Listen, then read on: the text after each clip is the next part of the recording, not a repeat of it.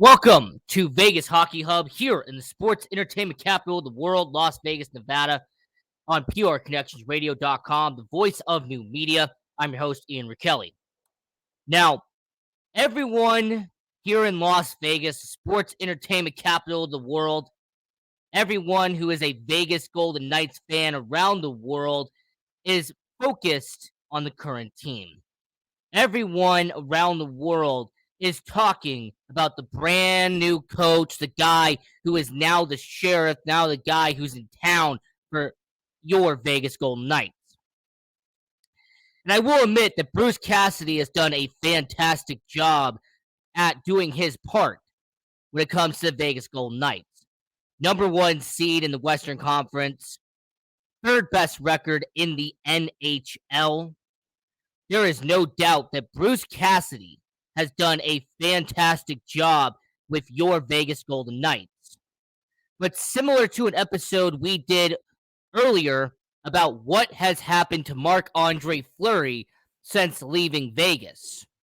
Well, the two-parter to this is going to be talking about the former coach of your Vegas Golden Knights, and that is going to be discussing what has happened to Pete DeBoer since leaving Vegas. What has Pete DeBoer done in Dallas since joining the Dallas Stars in the 2022 NHL offseason? What has been the outcome? What has been the result so far of Pete DeBoer's tenure in Dallas? Now, before we get to the actual answer on what he is doing in Dallas, I need to give you a little bit of some context. I need to give you a little bit of a refresher on who Pete DeBoer is. Now, Pete DeBoer was a former player before becoming a coach. He played in the OHL for the Windsor Spitfires. And he actually had a pretty good career in the OHL. He had 171 points in 226 career games, racked up 140 penalty minutes during his time in the OHL. Then he gets drafted in the 1988 NHL draft by Toronto, and then he has 3 seasons in the International Hockey League, which is the equivalent of the American Hockey League we know today. He played for the Milwaukee Admirals, and in his 3 seasons playing in the IHL, he had 48 goals, 102 points in 151 games as a professional hockey player. However, in 1991, at the age of 23 years old, Pete DeBoer retired from professional hockey. He hung up his skates and he became an assistant coach. Then, what ended up happening is that in 1995, not even a few years after retiring, he becomes the head coach of the Detroit Whalers. Now, the Detroit Whalers are from the Ontario Hockey League, and they are actually a league that is very familiar. The Ontario Hockey League, the OHL, is a junior hockey league that some people would be very familiar with. So after being with them, after being with the Whalers for a couple of years and being in the OHL, he decides to leave the Whalers and he goes to the Kitchener Rangers of the OHL. So he stays in the OHL. He moves over from the Whalers to the Rangers. And this is actually where Pete DeBoer got his first taste of success as a coach in hockey. As a matter of fact, this is actually one of the first times that Pete DeBoer ended up winning a championship. So in fact, he won 2 championships in the OHL. So after winning 2 championships in the OHL for the Kitchener Rangers, in 2008, Pete DeBoer gets his first ever shot as a NHL head coach. In 2008, he gets hired to be the Florida Panthers head coach. And with the Florida Panthers, he unfortunately did not have a great tenure in Florida. After being with them from 2008 to 2011, and then missing the playoffs every single year, he eventually gets fired from the Florida Panthers.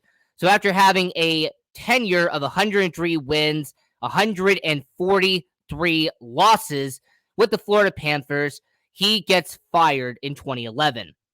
Then after 2011, he gets a second chance, however, and he goes to the New Jersey Devils.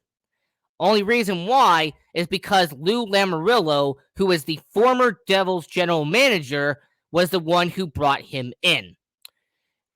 Now, New Jersey is an interesting topic when it comes to Pete DeBoer, because the first season of Pete DeBoer's tenure in New Jersey, they went 48-34. They had 102 points, and they made it all the way to the Stanley Cup Finals. As a matter of fact, the New Jersey Devils lost in the Stanley Cup Finals that year to the LA Kings. But let's not talk about the fact that it was impressive that they got to a 6-game series against the LA Kings that year. So after year one being in New Jersey, they lose to the LA Kings. Then his 3 seasons afterwards, Pete DeBoer unfortunately missed the playoffs in 2013, 2014, and 2015.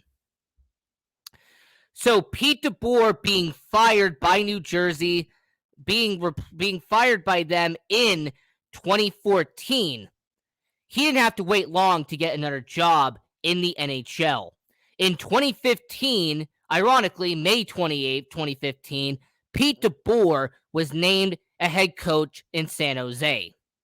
And an interesting part about Pete DeBoer is that he made it to the playoffs every year of his tenure in San Jose before 2020 happened. 2016, they made it to the Stanley Cup playoffs in his first season in San Jose. After accumulating 98 points and having a 46-36 record, they went all the way to the Stanley Cup Finals and lost to the Pittsburgh Penguins. You might be picking up on a pattern here. His first year in New Jersey, they get to the Stanley Cup Final.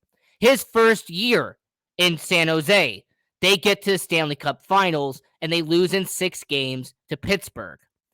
Year 2, in 2017, they have 99 points, 46-36 once again, but they lose in the first round to the young and up-and-coming Edmonton Oilers. 2018, Pete DeBoer goes 45-37, one more loss than the year before, and they lose in the second round to an expansion team known as the Vegas Golden Knights. That's going to be very important later on. And then 2019, they go back to 46-36, and they lose in the Western Conference Finals to the St. Louis Blues. However, the 2019 NHL playoffs indirectly caused what's about to happen next. Because in the first round of the 2019 Stanley Cup playoffs, the San Jose Sharks defeated a certain team in 7 games. That team just so happened to be the Vegas Golden Knights. And considering we talked about it plenty on this show, yes, that is the series that changed the Vegas Golden Knights forever.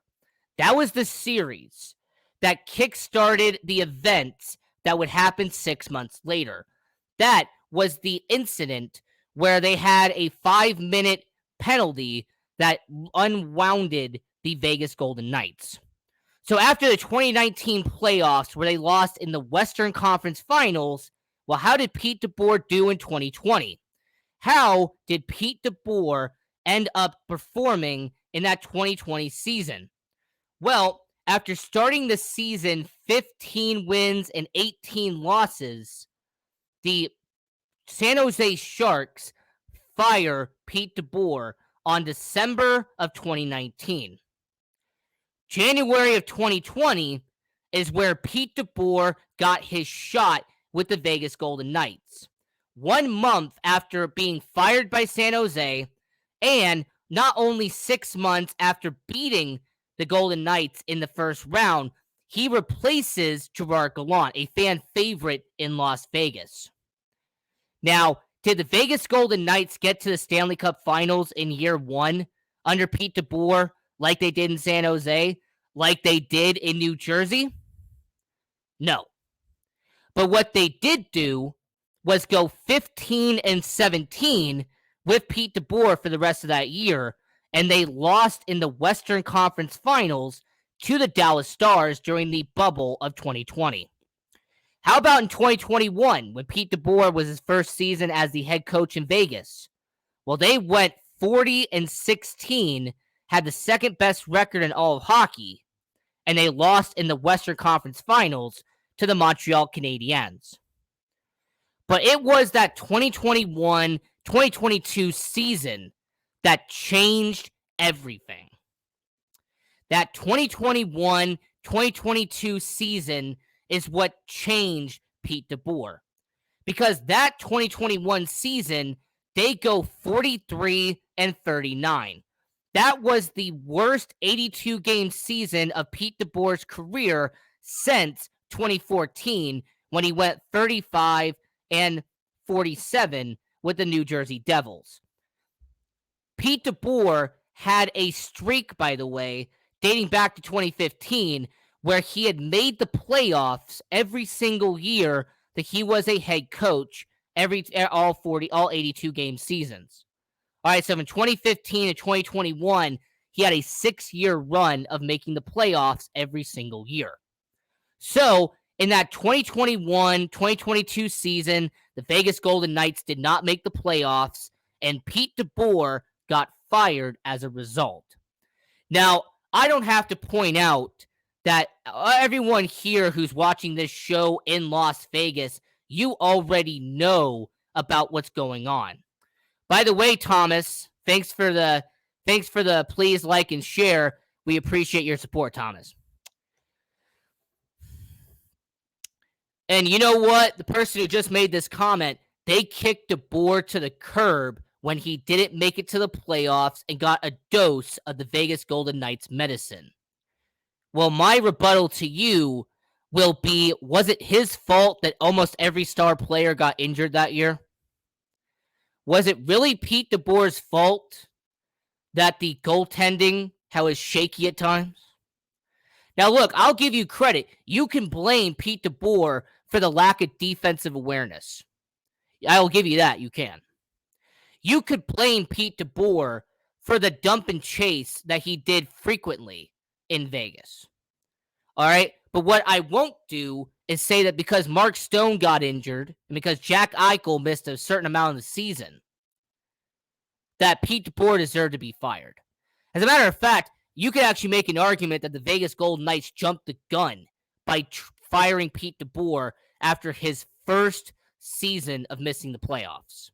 Because like I said, from 2015 to 2021, they did not miss the playoffs once with Pete DeBoer.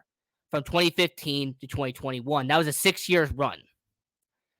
Now, you bring up that the Vegas Golden Knights have no loyalty. Well, the Vegas Golden Knights do what's best for business. That's a phrase we do a lot on this show. On this show, Vegas Hockey Hub, I tell you how it is. And how it is that the Vegas Golden Knights, Bill Foley and the management, they do what is best for business. So, in this 2022 offseason, when they fire Pete DeBoer, they bring in Bruce Cassidy, they were doing what was best for business. Now, hindsight is 2020. But so far, it looks like Pete DeBoer actually found a blessing in disguise. Because in June of 2022, 1 month after being fired from Vegas, he gets hired to be the head coach of the Dallas Stars. Now, the Dallas Stars were an interesting organization because Dallas was 2 years removed from being in the Stanley Cup Finals. The 2020 Stanley Cup Finals that the Dallas Stars defeated the Vegas Golden Knights to get to the Stanley Cup Final, that was only a few years ago.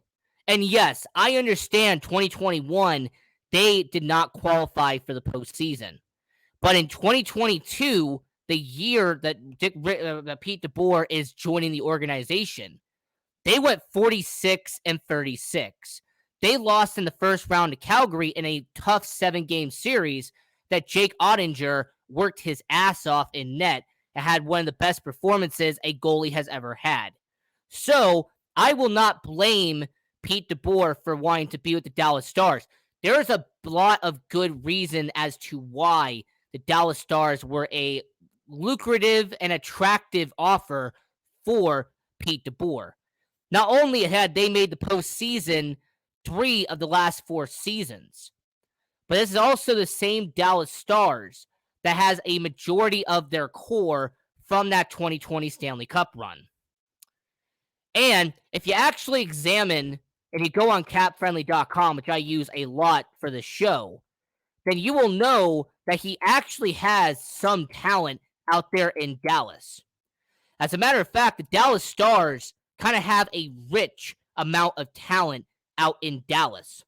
Not only do they have a first line with Jason Robertson, who already has 26 points in 17 games last year, but the 23-year-old young superstar out in Dallas had 79 points last year, 41 of them being goals.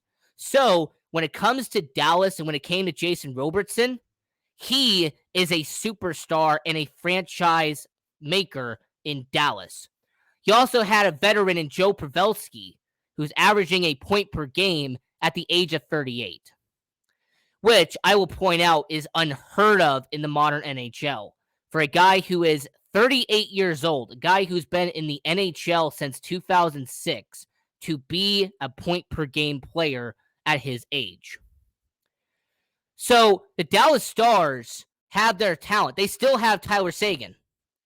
And Tyler Seguin was their captain. He was their guy. Jamie Benn is on the bottom 6 now, but he is still a point per game player even to this day in Dallas. And I would be a fool if I forgot to mention Miro Heiskanen, Esa Lindell, and they also have Niles Lundqvist. So the Dallas Stars have some talent on defense. They have a stud, an absolute future superstar in net in Jake Ottinger. And when it comes to the Dallas Stars, their beginning of their season shows you why they are something you have to watch out for. Understand, and I will definitely point this out, he was eager on board when Gallant was fired. If he hadn't already been on board, the Vegas Golden Knights would have not treated Gallant the way they are. Well, maybe we can do an episode on Gerard Gallant later here on Vegas Hockey Hub, but for now, I'm going to say Gallant turned out well, Pete DeBoer turned out well, and Bruce Cassidy turned out well. So all parties have done incredibly well since what happened in January of 2021. All right?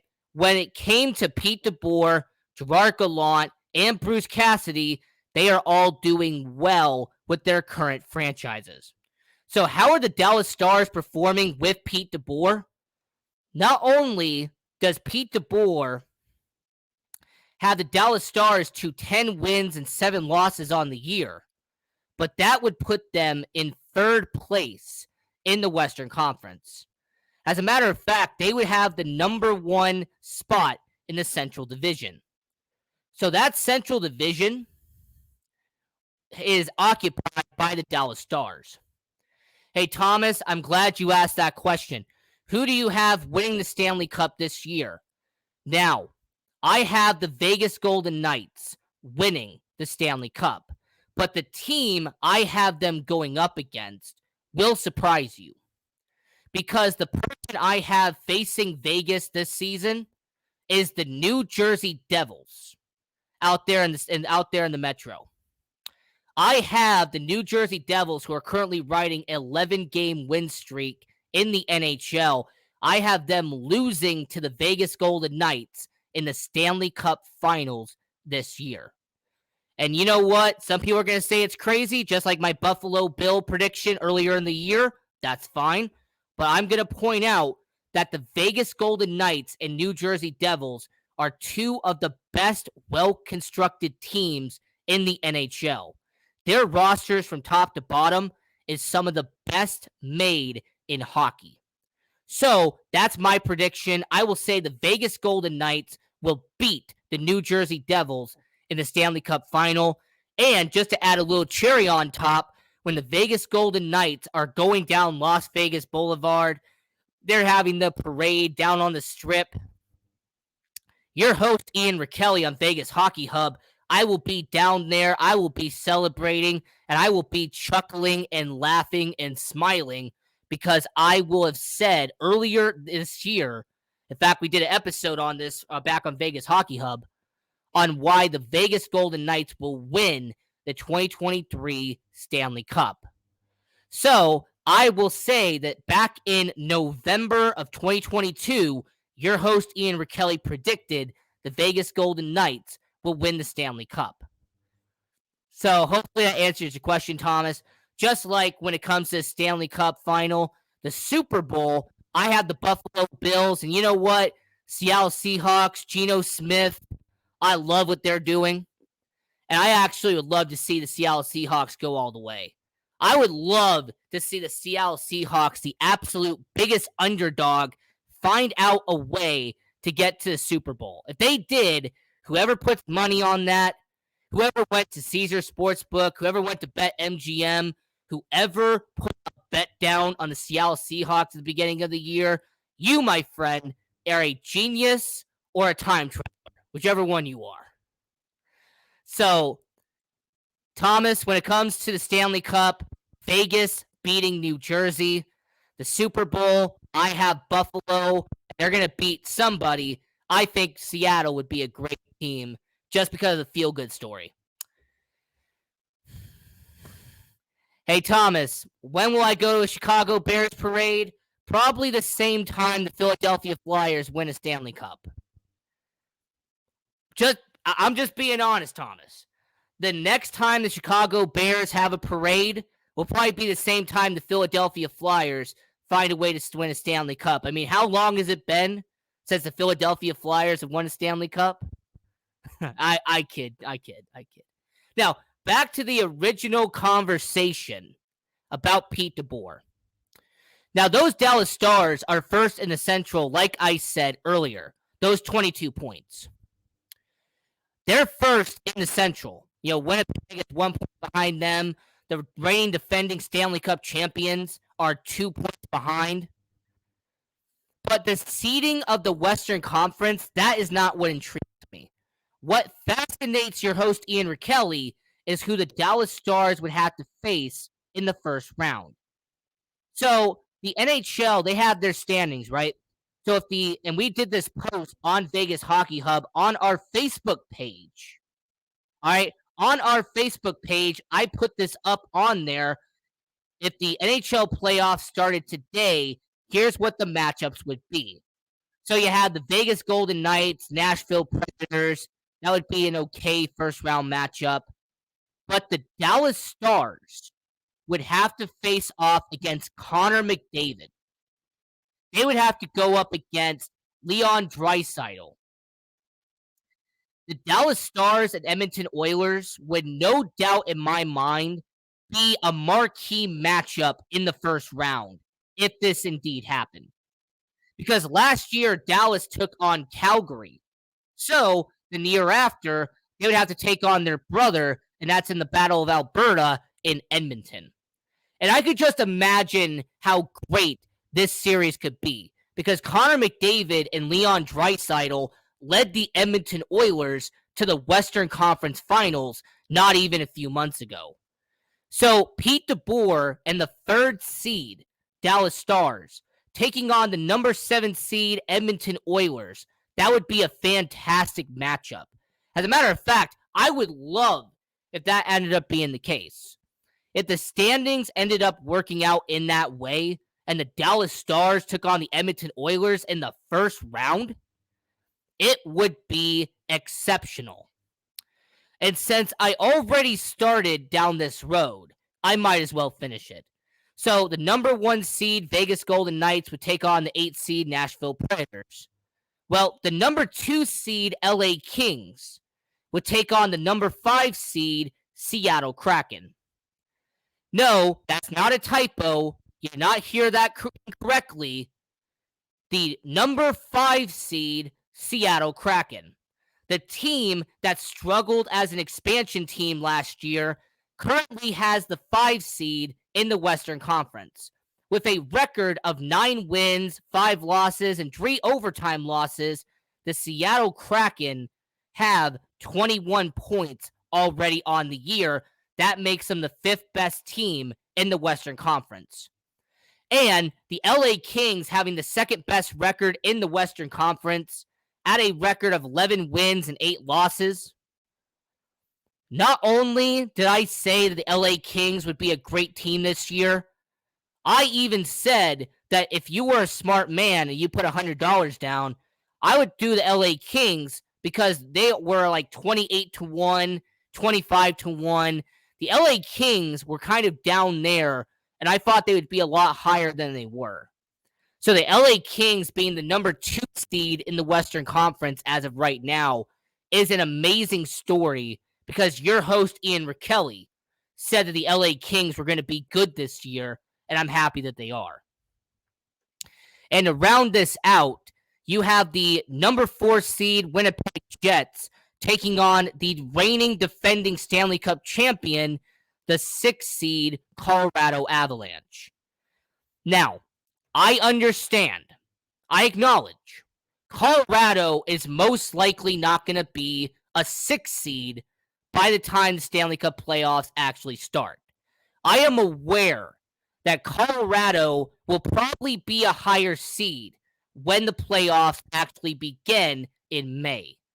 But man, oh man, oh man, could you imagine if the Colorado Avalanche, the defending champions, was a 6 seed heading into the playoffs? Everyone freaked out about Tampa Bay Lightning being a lower seed last year. Could you imagine if Colorado had to do the same thing?